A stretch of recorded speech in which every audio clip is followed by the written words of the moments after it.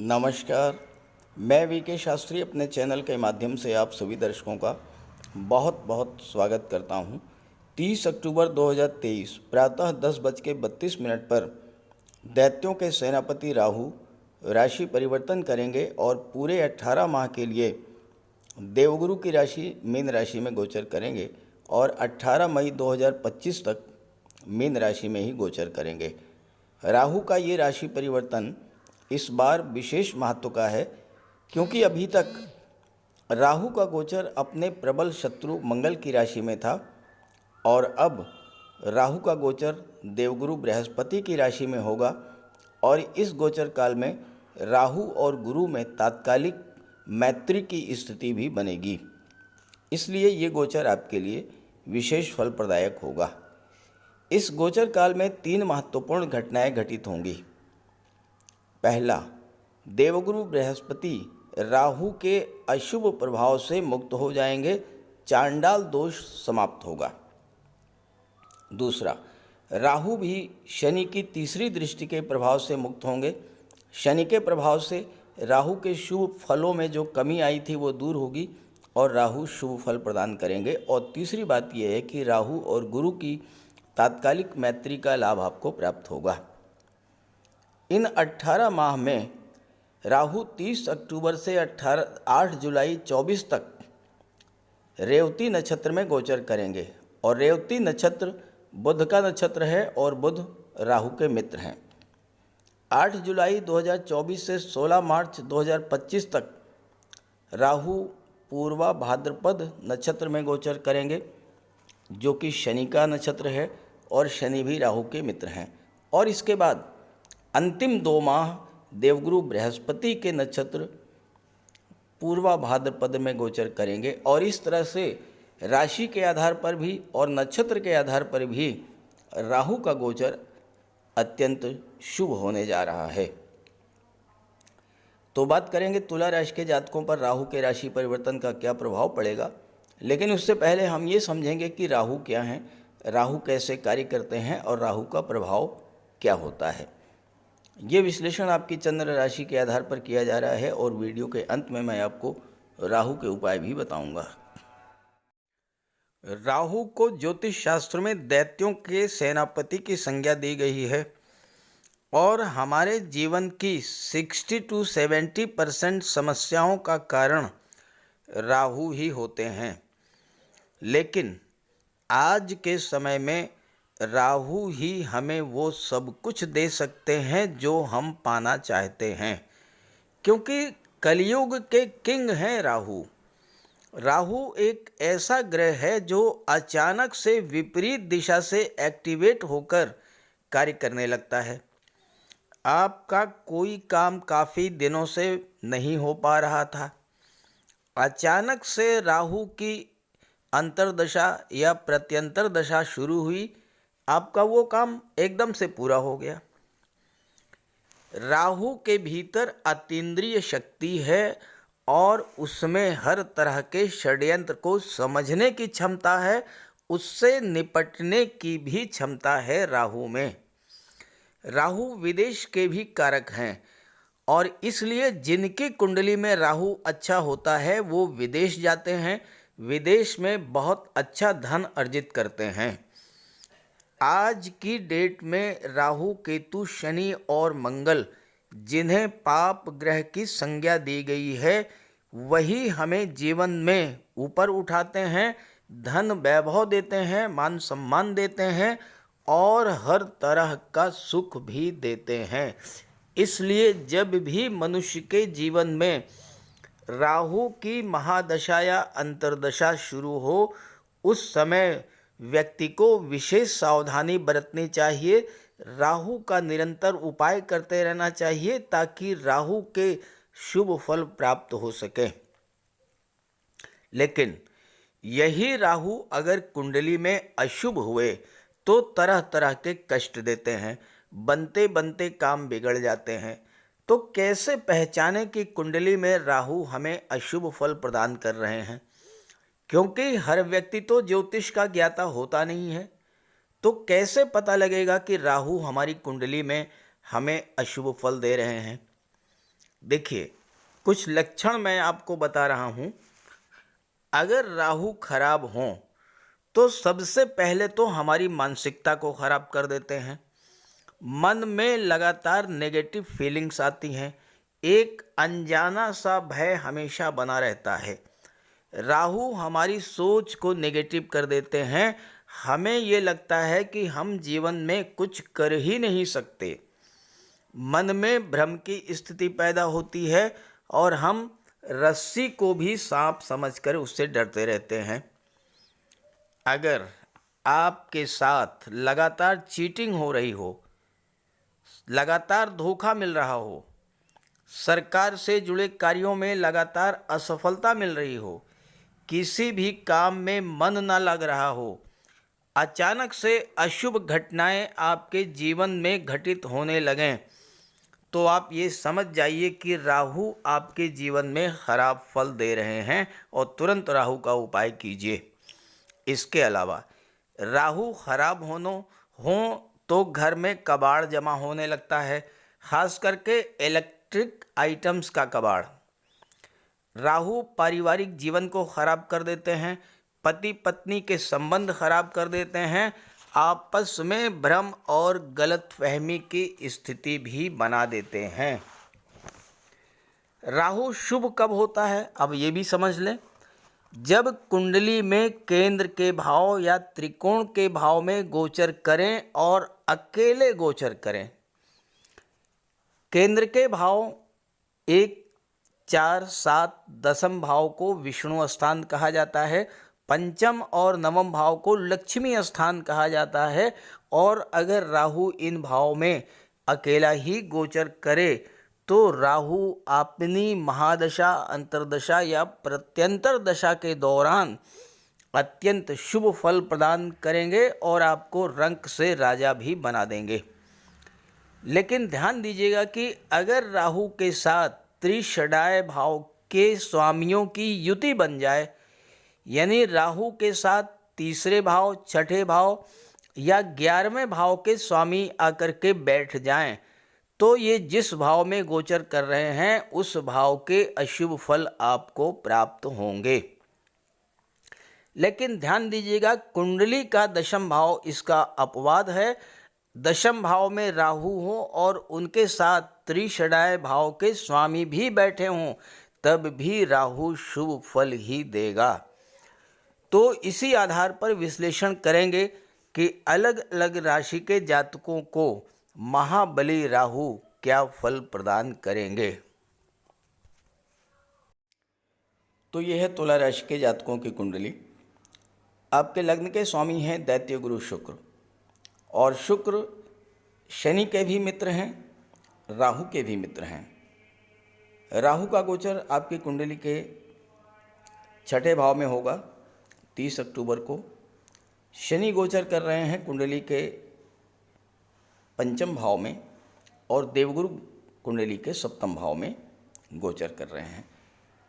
अभी तक क्या स्थिति थी?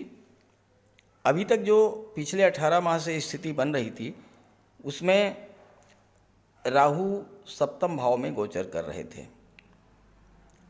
अब सप्तम भाव में मंगल के राशि में गोचर कर रहे थे, शत्रु राशि में थे, तो राहु स्वयं में पीड़ित थे। जब राहु पीड़ित थे तो सप्तम भाव को पीड़ित किया, यानी आपके दाम्पत्य सुखों में बाधा उत्पन्न हुई। और पिछले 18 माह से शनि की दृष्टि भी राहु पर पड़ी। 17 जनवरी 2022 के बाद से शनि की दृष्टि राहु पर पड़ी, और शनि की दृष्टि राहु पर पड़ने से क्या हुआ कि आपका विवाह विलंबित हुआ, विवाह में देरी हुई, दाम्पत्य सुखों में कमी आई, व्यापार व्यवसाय में उठापटक मंदी की स्थिति बनी। और राहु की दृष्टि जब आपके लग्न भाव पर पड़ी तो आपके मन में एक अनजाना भय, डर और डिप्रेशन की स्थिति बनी। राहु की दृष्टि पंचम भाव पर पड़ने से, एकादश भाव पर पड़ने से, 11वें भाव पर पड़ने से आपकी इनकम में कमी आई, आपकी आय में कमी आई, आपकी आय के स्रोत बाधित हुए, और नवम भाव पर तीसरे भाव पर राहु की दृष्टि पड़ने से क्या हुआ कि आपके पराक्रम पुरुषार्थ में भी कमी आई, उत्साह खत्म हो गया। आपको ये लगने लगा होगा कि आप कुछ भी नहीं कर सकते हैं, अब आप कुछ करने की स्थिति में ही नहीं रह गए। इतना ज़्यादा राहु ने आपके अंदर भय पैदा किया होगा। स्वास्थ्य भी आपका खराब किया होगा। मन में पैसे को लेकर के, परिवार को लेकर के, दाम्पत्य जीवन को लेकर के, बच्चों को लेकर के, शिक्षा को लेकर के तरह तरह की चिंताएं आपके मन में लगातार बनी रही होंगी। लेकिन अब राहु आपको इन सभी समस्याओं से, इन सभी चिंताओं से मुक्त करने के लिए, आपकी खाली झोली को भरने के लिए कुंडली के छठे भाव में गोचर करने जा रहे हैं। तो आइए इसके प्रभाव को समझते हैं। देखिए, इस समय जो ग्रह स्थिति बन रही है, फिलहाल तो मैं बात करूंगा 30 अक्टूबर से 8 जुलाई 2024 तक के बारे में, जब राहु का गोचर बुध के नक्षत्र रेवती नक्षत्र में होगा। इसके बाद बुध राहु जब नक्षत्र परिवर्तन करेंगे तो उस पर अलग चर्चा करेंगे उस समय। फिलहाल के जो 9 महीने हैं ये आपके लिए बहुत अच्छे रहने वाले हैं, क्योंकि देवगुरु बृहस्पति आपकी कुंडली के सप्तम भाव में गोचर कर रहे हैं और राहु के प्रभाव से मुक्त हो चुके हैं। राहु छठे भाव में गोचर करेंगे। कुंडली का तीसरा भाव, छठा भाव, 10वां भाव और 11वां भाव, इन भाव में राहु एक्सलेंट रिजल्ट देते हैं, बहुत अच्छा रिजल्ट देते हैं। छठे भाव में राहु को बहुत अच्छा माना जाता है और इस समय तो राहु बुध के नक्षत्र में, गुरु के राशि में, दो शुभ ग्रहों के प्रभाव में रहेंगे तो और अच्छा रिजल्ट देंगे। अब छठा भाव क्या होता है? कंपटीशंस का होता है, और राहु छठे भाव में जब गोचर करते हैं तो ऐसे जातकों के सामने कोई टिक नहीं सकता। चाहे राजनीति का क्षेत्र हो, शासन प्रशासन का क्षेत्र हो, आर्मी या पुलिस में हो, आप मेडिकल या सर्जरी के क्षेत्र में हो, गेम्स या स्पोर्ट्स के क्षेत्र में हो, हर जगह आप अपने प्रतिद्वंदी को पीछे छोड़कर आगे निकलेंगे। छठा भाव शत्रुता का होता है। राहु के मंगल के नक्षत्र में गोचर, मंगल की राशि में गोचर करने के कारण हो सकता है कि कोई लड़ाई झगड़ा हुआ हो, कोई कोर्ट कचहरी का भी मैटर बना हो। तो राहु इस समय आपको इतना चतुर चालाक बना देंगे, आप कोर्ट कचहरी के मैटर से बाहर निकलेंगे। छठा भाव नौकरी का होता है और राहु की दृष्टि दशम भाव पर पड़ रही है। राहु छठे भाव का संबंध दशम भाव से बना रहे हैं, तो जो छात्र नौकरी की तलाश में हैं, अचानक से उनको नौकरी का लाभ मिलेगा। यहाँ ये भी हो सकता है कि आपने कोई एग्ज़ाम दिया हो, उसका रिज़ल्ट आने वाला हो, लेकिन काफ़ी दिनों से लंबित है, रिज़ल्ट नहीं आ रहा है। ये भी हो सकता है कि आपको जॉब मिल चुकी है, फाइनल सिलेक्शन हो चुका है, लेकिन कोई लिटिगेशन पैदा हो गया कोर्ट का और नियुक्ति पत्र नहीं मिला। तो राहु का स्वभाव है कि हमेशा नेगेटिव डायरेक्शन से एक्ट करते हैं और बहुत तेज़ी से एक्ट करते हैं। तो अचानक से आपको नौकरी का नियुक्ति पत्र मिल सकता है, आपके एग्ज़ाम का रिज़ल्ट आ सकता है और वो आपके पक्ष में हो सकता है।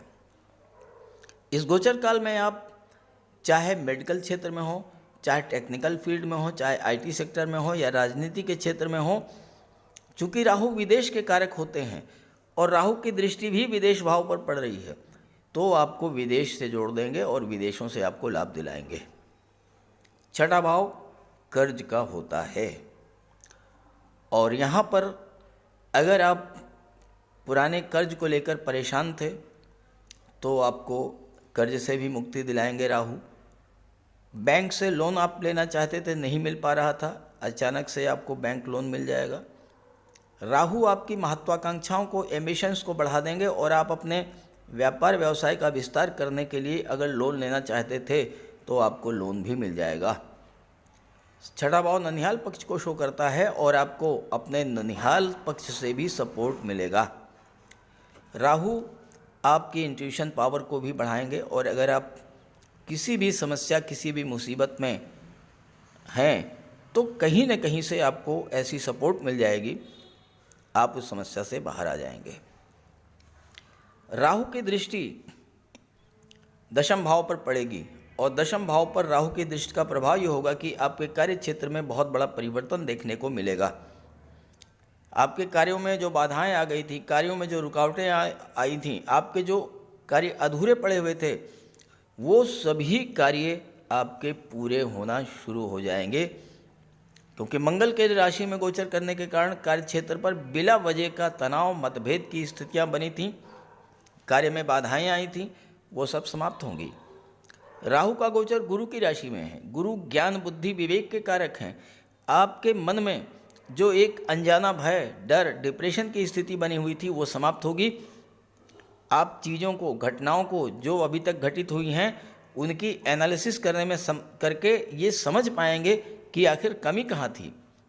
आप चीज़ों को अच्छे से समझ पाएंगे। इस समय जब आपका ज्ञान जागृत होगा, आप अपनी बुद्धि, कौशल, डिप्लोमेसी के बल पर कार्य क्षेत्र की हर चुनौती को सॉल्व करने में सक्षम होंगे।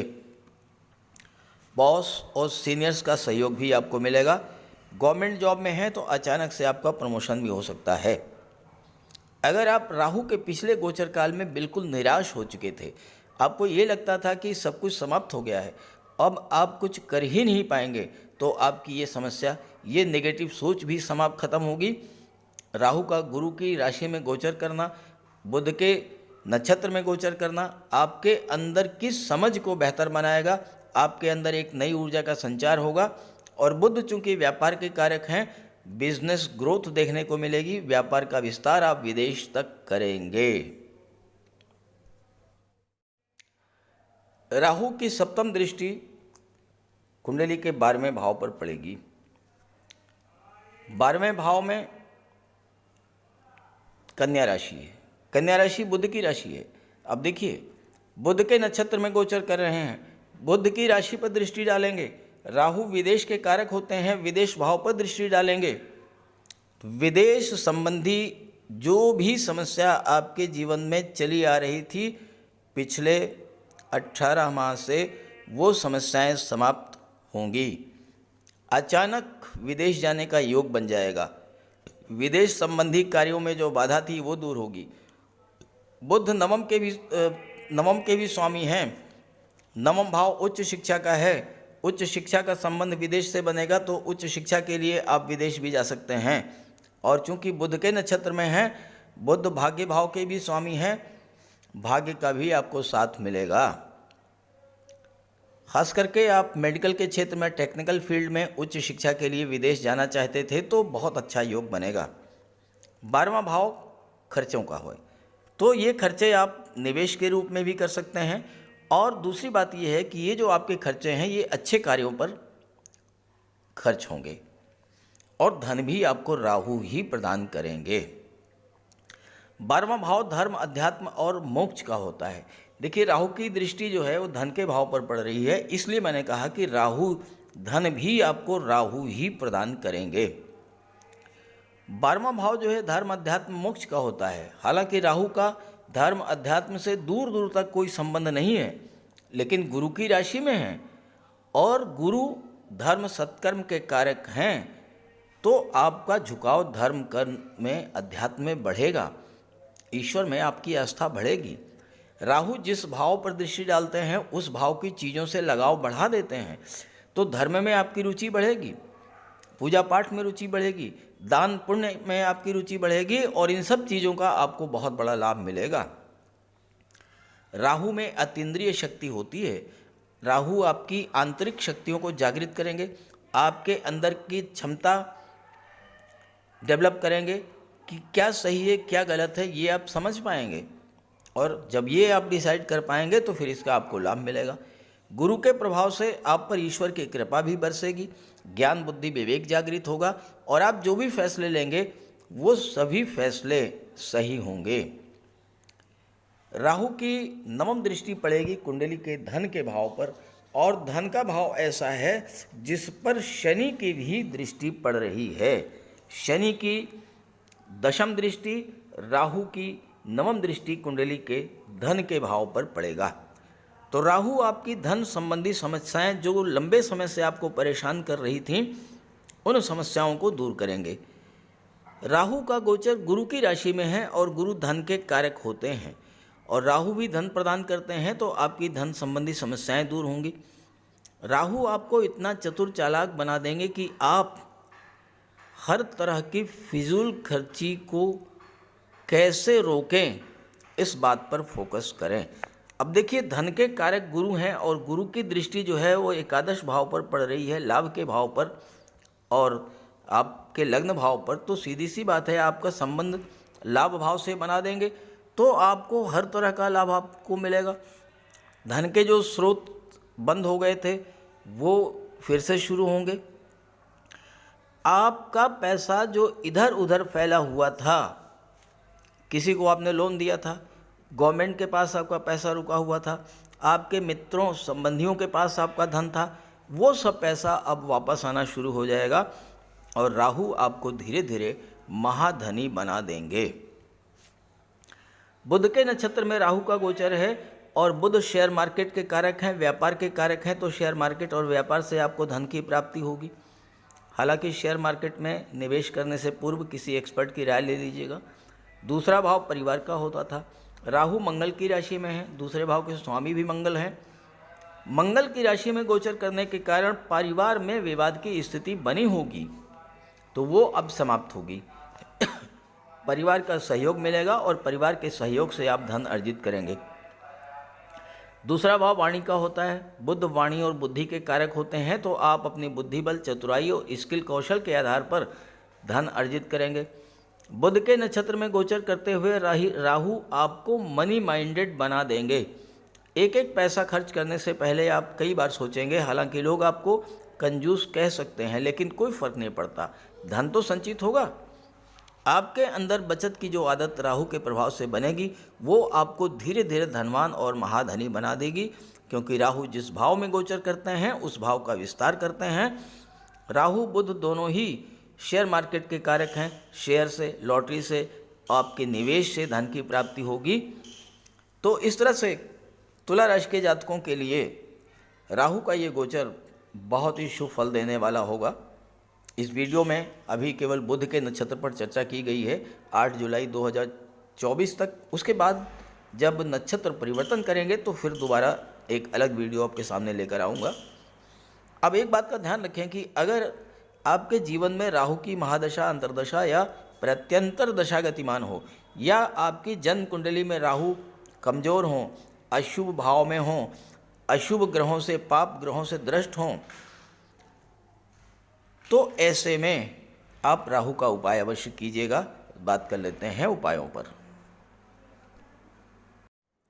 जीवन में परेशानियां बढ़ रही हों, संघर्ष बढ़ रहा हो, अचानक से आपके जीवन में नकारात्मक घटनाएं घटना शुरू हो जाएं, अचानक से आपको धन हानि शुरू हो जाए, परिवार में कलह शुरू हो जाए, बीमारियों से, रोगों से आप परेशान होना शुरू कर दें, तो आप ये समझ लीजिए कि राहु खराब फल दे रहे हैं। तो राहु के लिए कुछ सामान्य से बहुत सामान्य उपाय हैं, लेकिन बहुत प्रभावी उपाय मैं आपको बताने जा रहा हूँ। देखिए, देवाधिदेव भगवान भोले शंकर ये शनि पर भी नियंत्रण रखते हैं और राहु पर भी नियंत्रण रखते हैं। और अगर आप भगवान भोले शंकर की आराधना करते हैं तो शनि भी नियंत्रित रहेंगे और राहु भी कंट्रोल में रहेंगे। तो राहु के लिए आप सोमवार और शनिवार के दिन जल में काला तिल मिला करके शिवलिंग पर अर्पित कीजिए। भगवान भोले शंकर की आराधना कीजिए। राहु के नेगेटिव फल मिलना बंद हो जाएंगे। इसके अलावा दुर्गा सप्तशती में कहा गया है, छाया रूपेण संस्थिता या देवी सर्वभूतेषु छाया रूपेण संस्थिता। तो माता दुर्गा जो हैं वो छाया का रूप हैं और राहु भी छाया हैं, शनि की छाया। तो माता दुर्गा की आराधना करने से, दुर्गा चालीसा का पाठ करने से भी राहु शांत होते हैं। और इसके बाद स्नान करने के बाद प्रतिदिन 108 बार राहु का बीज मंत्र ओम रांग राहवे नमः, ओम रांग राहवे नमः 108 बार जप करने से राहु के अशुभ प्रभाव में कमी आती है।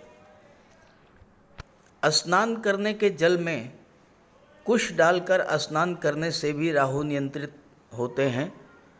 और शनिवार के दिन सुबह पीपल के वृक्ष में जल चढ़ाने से और शाम को घी का दीपक जलाने से भी राहु नियंत्रित होते हैं। और इसके अलावा पक्षियों को बाजरा डालने से भी राहु पर नियंत्रण पाया जा सकता है। और इसके अलावा अगर आपको राहु विशेष कष्ट दे रहे हों तो शनिवार के दिन एक नारियल, 11 बादाम एक काले वस्त्र में लपेट करके अपने सिर के चारों तरफ 7 बार उतार करके जल में प्रवाहित कीजिए। राहु को देवगुरु बृहस्पति कंट्रोल करते हैं। तो राहु को कंट्रोल करने के लिए देवगुरु को बलवान कीजिए। और देवगुरु तो गुरु हैं, शिक्षक हैं। अपने गुरु की, अपने पिता की, वृद्ध जनों की सम्मान कीजिए, उनका आशीर्वाद प्राप्त करते रहिए। गुरु को बल मिलेगा, राहु पर नियंत्रण होगा। और इसके अलावा राहु ससुराल पक्ष के कारक होते हैं। तो अगर राहु खराब हैं तो भूल करके भी ससुराल पक्ष से संबंध खराब मत कीजिएगा। तो ये छोटे छोटे उपाय हैं। और इसके अलावा गोमेद भी धारण किया जा सकता है, लेकिन किसी योग्य ज्योतिषी की सलाह लेकर।